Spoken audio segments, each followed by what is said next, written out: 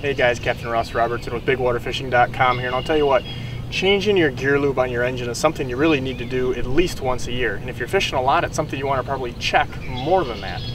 When you get a new engine too, that's kind of one of the overlooked things. About between 10 and 20 hours, you're going to want to check that, get all the maybe little shavings and imperfections and stuff that's floating around in your gear case after your engine's been broken in and you have all that extra oil. And first thing you need to do is to trim your engine down and take the prop off. I mean, even farther than this, you really want to trim this all the way down, because you want to get out all that extra fluid. You want to start over, just like changing the oil in your car. And one little tool that makes this really nice is a wide, short Phillips, or non-Phillips, just a big flathead here. You can get these at a lot of different hardware stores, and this makes your life a lot easier, because on the Mercury gear cases, on the 250 XSs, you've got two screws that you're going to have to loosen up. First thing is you got one on the side here, and then you've also got one on the back.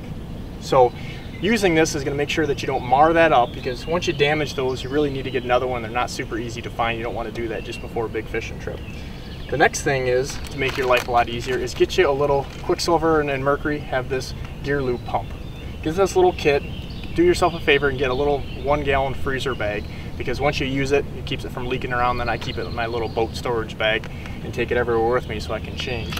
And all you simply do is you screw this right into your gear lube bottle. I mean, this Gear Lube Plus, check your owner's manual to make sure that you're getting the right fluid.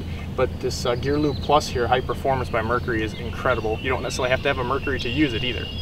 Screw that in, and then what you're going to do is just simply attach this right into your gear case. Screw that right in, and you literally just pump it in. Now, what you're going to do is you're going to pump it in the bottom until you go right over the top. So you have to loosen this top screw, so bend it just like you would a gas can, and you're going to basically pump it in there until you come right over the top, and then you're going to know that that's filled. Put your finger over it, tighten the vent screw, and then remove the back and tighten your screws back up. Put your prop back on and you're good to go. So something like that is knowing is half the battle, that you're going to want to check that. Pull your prop off. It's a good time to check, make sure you don't have any line wrapped around it.